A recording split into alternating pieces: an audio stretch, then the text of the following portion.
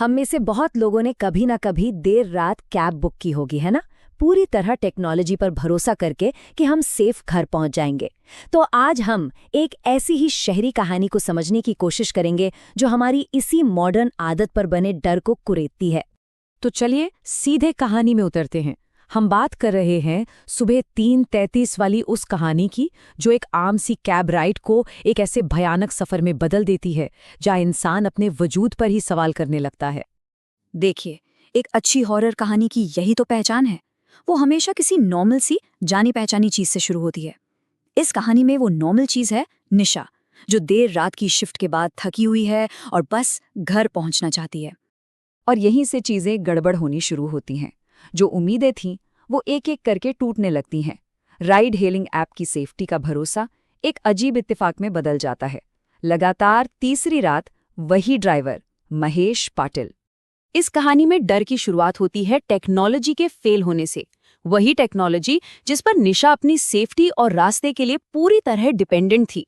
और ये सब एक एक करके होता है। पहले जीपीएस उसे एक सुनसान अनजान इलाके में ले जाता है। फिर रेडियो में अचानक सालों पुराना न्यूज़ बुलेटिन चलने लगता है। उसकी दोस्त फोन करके कहती है कि वो तो ऑफिस से निकली ही नहीं।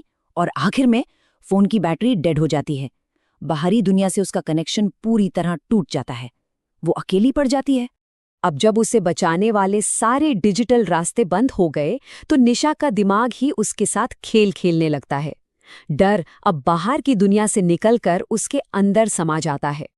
तो पॉइंट ये है कि अब टाइम और स्पेस दोनों के नियम टूट चुके हैं।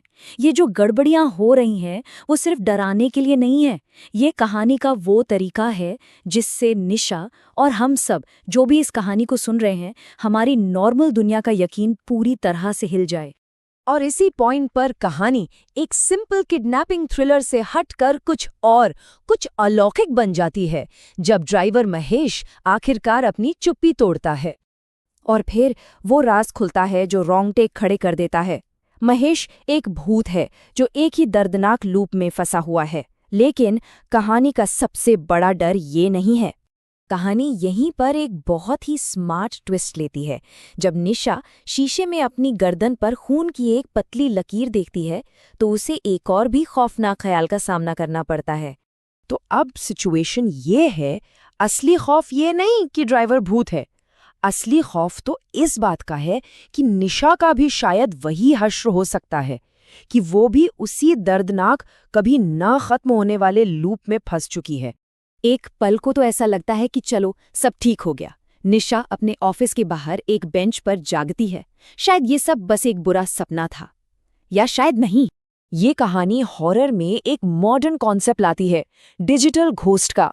मतलब यहाँ आखिरी डर किसी अंधेरे गलियारे की परछाई नहीं है, बल्कि डेटा का एक ऐसा टुकड़ा है जो मौजूद ही नहीं होना चाहिए। एक भूत जो किसी घर में नहीं बल्कि हमारे नेटवर्क के अंदर रहता है।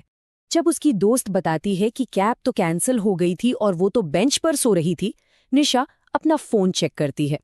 और यहीं पर कहानी अपना आखिरी और सबसे ठंडा, सबसे डरावना पंच मारती है। वो फोटो वो आखिरी सबूत है। वो सबूत जिसे झुटलाया नहीं जा सकता। वो उसके उस पूरे खौफनाक एक्सपीरियंस को सच साबित करती है। ये एक ऐसे सफ़र का डिजिटल निशान है जो असलियत में कभी हुआ ही नहीं। और ये भूत के होने की और उसके साथ निशा के उस भयानक कनेक्शन की पुष्टि करता है। बस ये एक छोटी सी डिटेल, ये टाइम स्टैम्प इस बात का सबूत है कि वो उस टाइम लूप में सच में फंसी हुई थी और उसकी एक निशानी हमेशा के लिए उसके फोन में कैद हो गई है। तो इस कहानी से हम क्या समझें? शायद यही कि हमारी टेक्नोलॉजी, जिसे हमने कनेक्टेड और सेफ रहने के लिए बनाया था, उसी ने भूतों के लिए और हकीकत के टूटने के लिए कुछ नए और बहुत ही भयानक रास्ते खोल दिए हैं।